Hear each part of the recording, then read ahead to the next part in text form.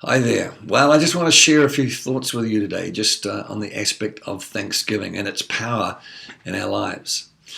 There are many definitions, I'm sure, of worship and of any other things, but one I just want to pose for you for consideration today is that worship is a lifestyle of responding to God out of gratitude to Him for who He is and what He has done.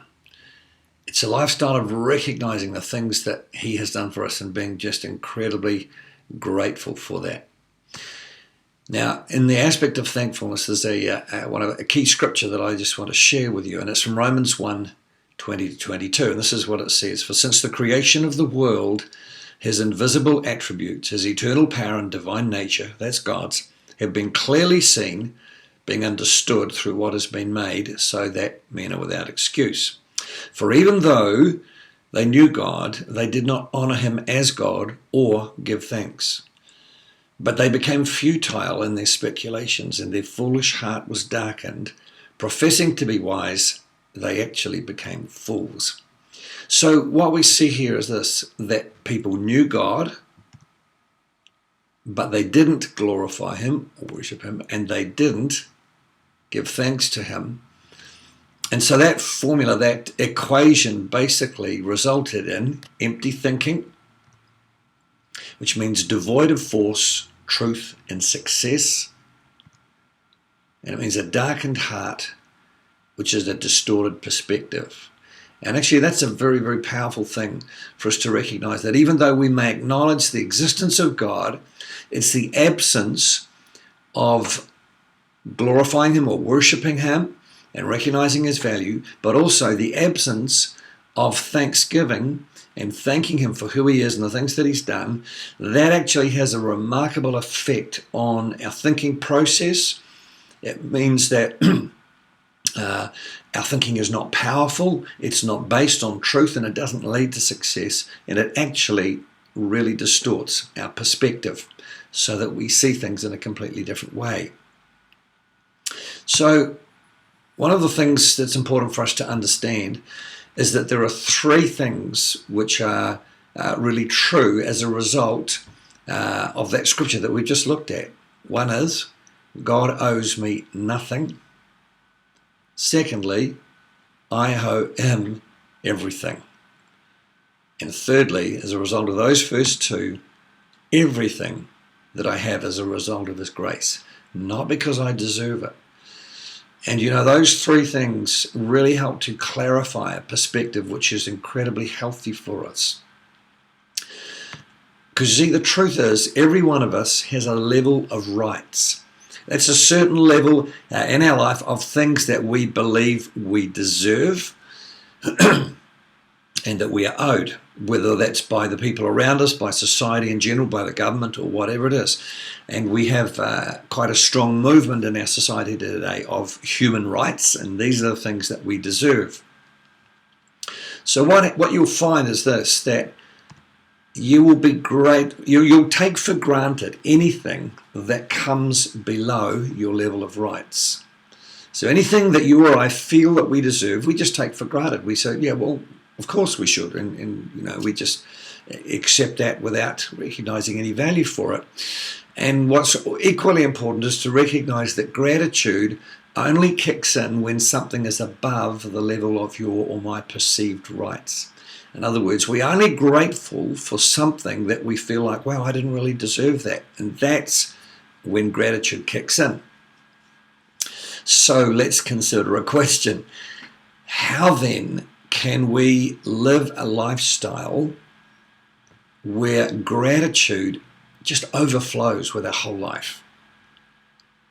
There's a very, very simple key to that, and that is simply to reduce our level of rights to its biblical perspective, which is zero. Because then we're going to take for granted very little, but gratitude just kicks in when I realize, wow, even the health that I may be living in today, the clothes that I wear, the fact that I may have 3 good meals today, none of that I actually deserve. It's a measure of God's grace to me. the friends that I have, the house that I live in, regardless of whether I own it or not, those are things which God has given me out of his grace, not because I deserved it.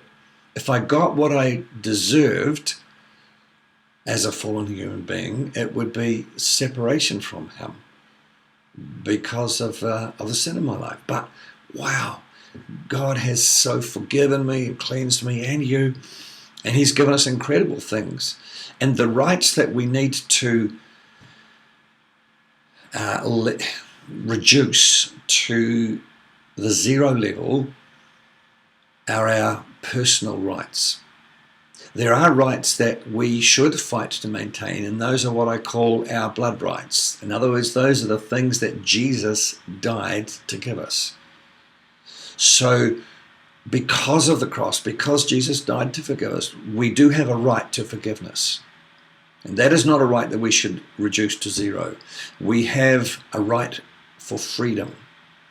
We have a right to walk with our head held high, not in pride or in arrogance, but in knowing who we really are because God created us. That's a different set of rights. But what I'm talking about is the things that I feel I deserve to be served, I deserve to be complimented, I deserve to have people doing things for me. Those are self-rights, and those are the things that we need to reduce to their biblical level. So there is a Hebrew word for thankfulness, which is translated thank offerings or thankfulness in our English Bible, but it's the Hebrew word toda, and it has three primary shades of meaning. One is to extend the hand in adoration, secondly to make a vow, but thirdly is to give thanks, especially for things not yet received. And that is not a normal response. Sometimes we would give thanks, obviously, when someone gives us a gift, where that's just social politeness. But to give thanks for something that has not yet been received is not a normal response. And so Psalm 50, verse 23, I'll just find that scripture because it's a really cool one. It says this: those who sacrifice thank offerings honor me. This is God speaking.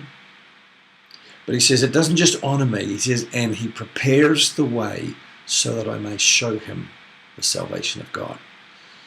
And that's an incredibly powerful picture, because thankfulness honors God. In other words, it recognizes that he is my provider. He's the one for whom nothing is too difficult. And it prepares a way in the spirit realm for him to act on our behalf. You see, the enemy does not want you to receive the good things that you are believing for. He does not want you to receive healing. He does not want you to receive provision. He does not want your relationships to be restored. He doesn't want his grace and the characteristics of God to be experienced in your life and in those around you.